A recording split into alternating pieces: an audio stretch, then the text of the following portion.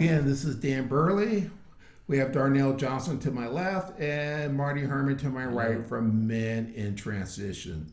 So one of the questions we're going to deal with today is it's been a fact and proven through studies that Bible study and Christian fellowship and biblical ministries help reduce, inside the prison, reduce the recidivism rate of inmates. So the question that a lot of people on the outside say is, yes, yeah, I know these guys go to Bible study and they say they're Christians, but that's just jailhouse religion. It's not a real change. It's not. They're faking it. So I'm going to ask that question to my two co-founders here at Men in Transition, because we do deal a lot with men and seeing transformation inside the prison. And it's really a complicated question, but people on the outside want to know is if this is real, and if are they going to just return back to their normal behavior once they get out of prison, which some do, by the way. So we're going to tackle that. So I think we're going to start to my left with Mr. Darnell Johnson. So Darnell, what do you think about, one of the things I kind of hear is like, yeah, I know what goes on inside that prison ministry, but it's not real, and then they use that term.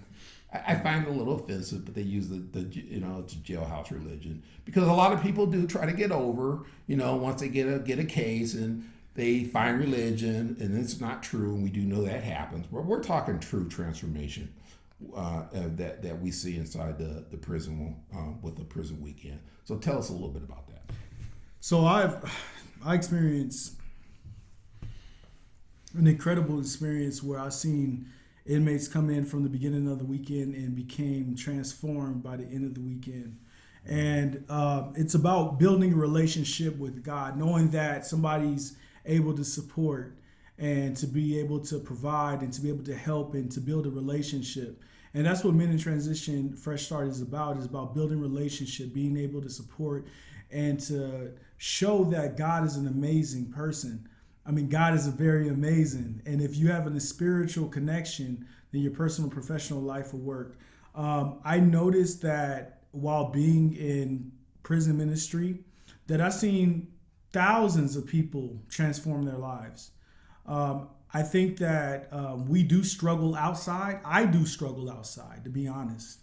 Darnell, let me ask you this question. So let's say, after a major, after a major prison weekend, and the men start reading their Bible and coming and actually just doing Christian fellowship. Right. And let's say after a year, 2 years, they're released. What's the struggle now? Okay, they've essentially been mentored inside the prison with a biblical ministry. Right. And from all that we can see, they really are a different person. But what's their struggle now that they're outside? I mean, this is just distractions. I know that a lot of, as we know, we go into the prison ministry and we see that a lot of people know that they can quote scriptures and Bible chapters, and they can give you any different thing that can better your life. You have all the time in the world to read the Bible. Right. But it's about the action and the things that we have shown within the prison ministry is Christian action, choices, forgiveness, and some of those things are hard hitting because it allows you to forgive people that have done you wrong in the outside world. When you get outside of prison, you could be distracted with some of the things that distract you, just like anyone. Right. Just like more than likely, it's going to hit you hard, right? Because absolutely, things we talked about before. You're coming out and you don't have that. You don't have a support system. A major culture shock. Absolutely. Yeah, and you don't have that. You don't have that support system anymore, right? Right. So I'm going to kind of flip this over to Marty. So take us through this, Marty. Person. They're coming out and let's say they were in a Bible study in the prison, right? And they were mentored that way through a good Bible study. And now it's 2 years later, they're out, and maybe they're going back to their families. Maybe they have nowhere to go. But the common theme is it's not real. So let's deal with that because we do know there are some fakers. Right. So let's deal with that. Is it real or not real going through a Bible study or a ministry inside the prison? Real or not real? I believe it's real. One thing that our particular ministry really stresses is prayer and sharing. Keeping in tight with a group of guys that you can share your problems with, praying for each other. And I think the key is holding each other accountable. And there's actually been some research done that in our particular program in the prison, that the guys that stay in the program and actually part of prayer and share groups, right, and take their faith seriously, the recidivism rate drops quite a bit among those particular people. Mm-hmm. So the problem is, though, when you leave the prison and say within the prison, within the program, you weren't that connected as well as maybe you should have been, and you get out and then you have all these external factors, you have life weighing on you. Right. Now you got to find a job, right? You got to work, right?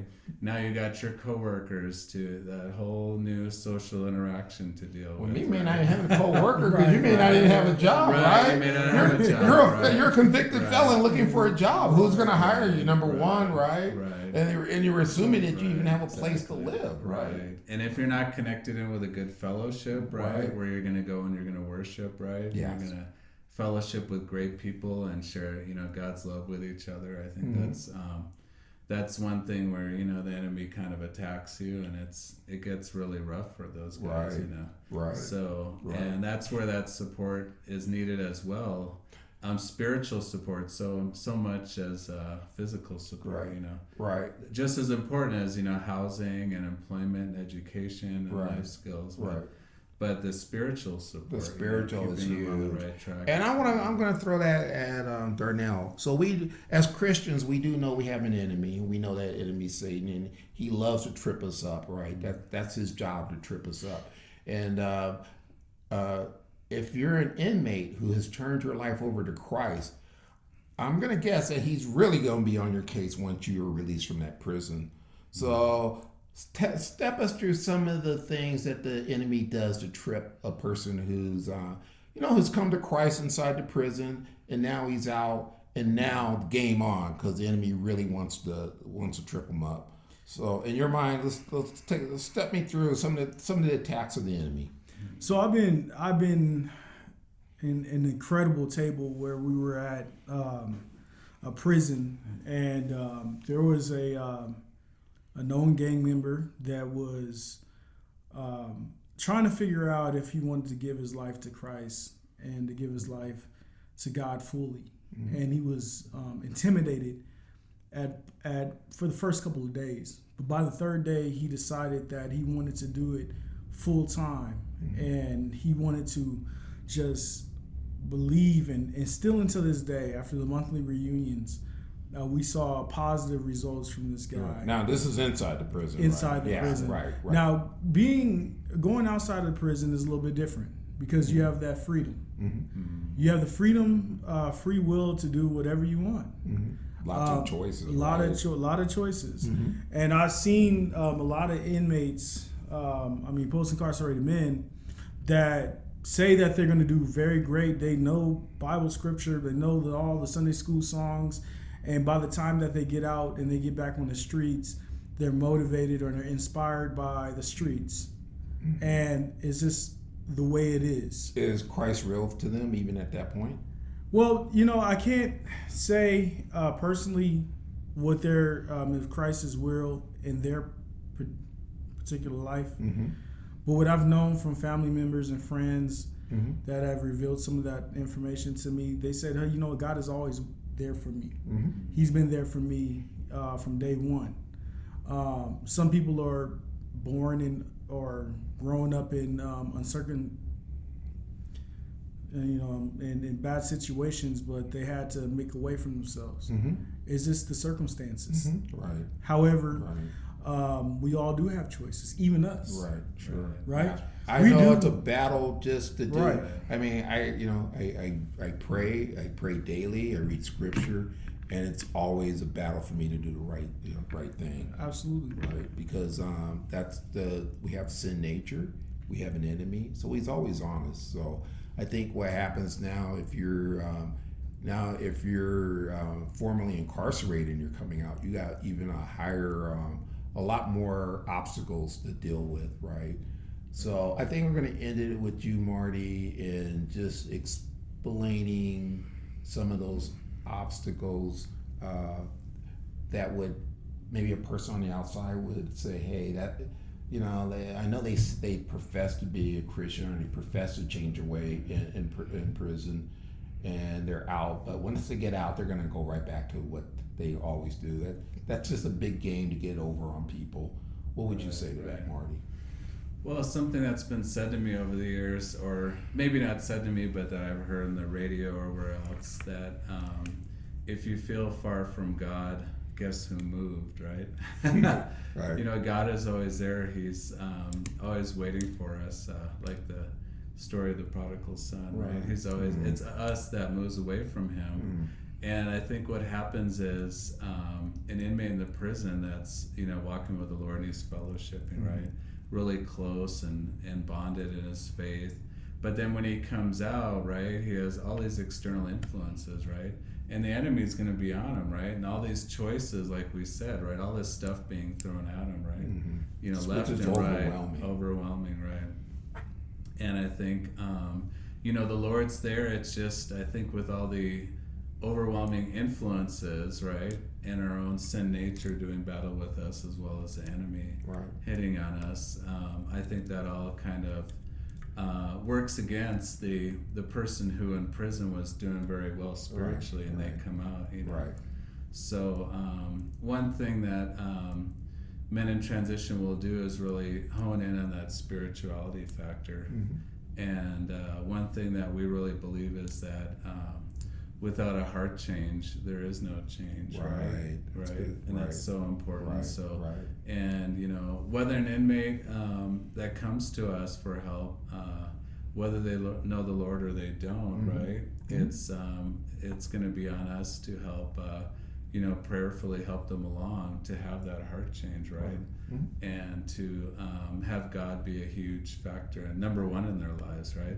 Because if he's number one, then everything else falls in place, right? If he's number one, right? Problem is when you put him number two or number three, that's when everything comes and fills the number one and the number two. He'll guide us to finding jobs. He'll guide us to the right relationships. He'll guide us to all the things we need to be successful in life. Right. And that's one thing that we'll strive to do with God's help is to improve their relationships with him. So all right, well, I'm going to summarize it. So the question again being, we use the term jailhouse religion. So let's keep in mind there are some people who do fake it, and that unfortunately is true. But again, what we see is a transformation inside the prison through prison ministry, and men who truly want to be men of God, men who have renounced what they've done before, men who want a better life for themselves. And that's inside the prison. Once they get out of prison, they want to continue that. Problem being, and it's a genuine change, problem being once they get outside of the prison, they're back to the same old influences that brought them into prison. They have dysfunctional families. They have little to no education. They have, maybe they've been battling with substance abuse. And all these things combine to make it very difficult for them where a relapse is a lot easier. And when they relapse and go back to prison, that's what happens. See, it wasn't real. It was real. They just had a much harder battle. So our answer to that question is, yes, there are some people who fake it, but then again, there are a lot of men who want to be different. They change in prison and they want to carry that on outside of prison. But without a support system, it's very difficult. However, everything can be done through Christ. So again, when these men have Christ, he'll lead them. It doesn't have to be what we offer. It could be another organization. It could be parents. It could be friends, right? God will lead them. But we just want to, as men in transition, we want to give resources to these men when they get out So they have life skill training. So they do have that mentorship that they never had in prison. So everything that they were missing in prison that was part of the rehabilitation part of prison they never got, we want to provide. So hopefully it's a long answer to a very complex question, but hopefully we gave you insight to that.